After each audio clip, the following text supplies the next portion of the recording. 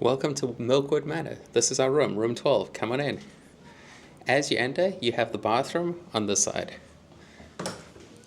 Coming into the bathroom, you have a view over the bay from this window and your sink area. There's your toilet on this side, and that takes you around to the walk-in shower area on the other side. As we exit the bathroom, we come into the main bedroom.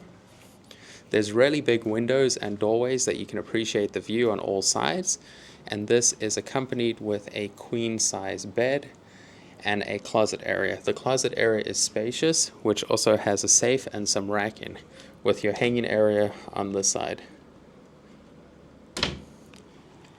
We then move on to a makeup station and a fridge, as well as an AC unit which is on the wall in this room.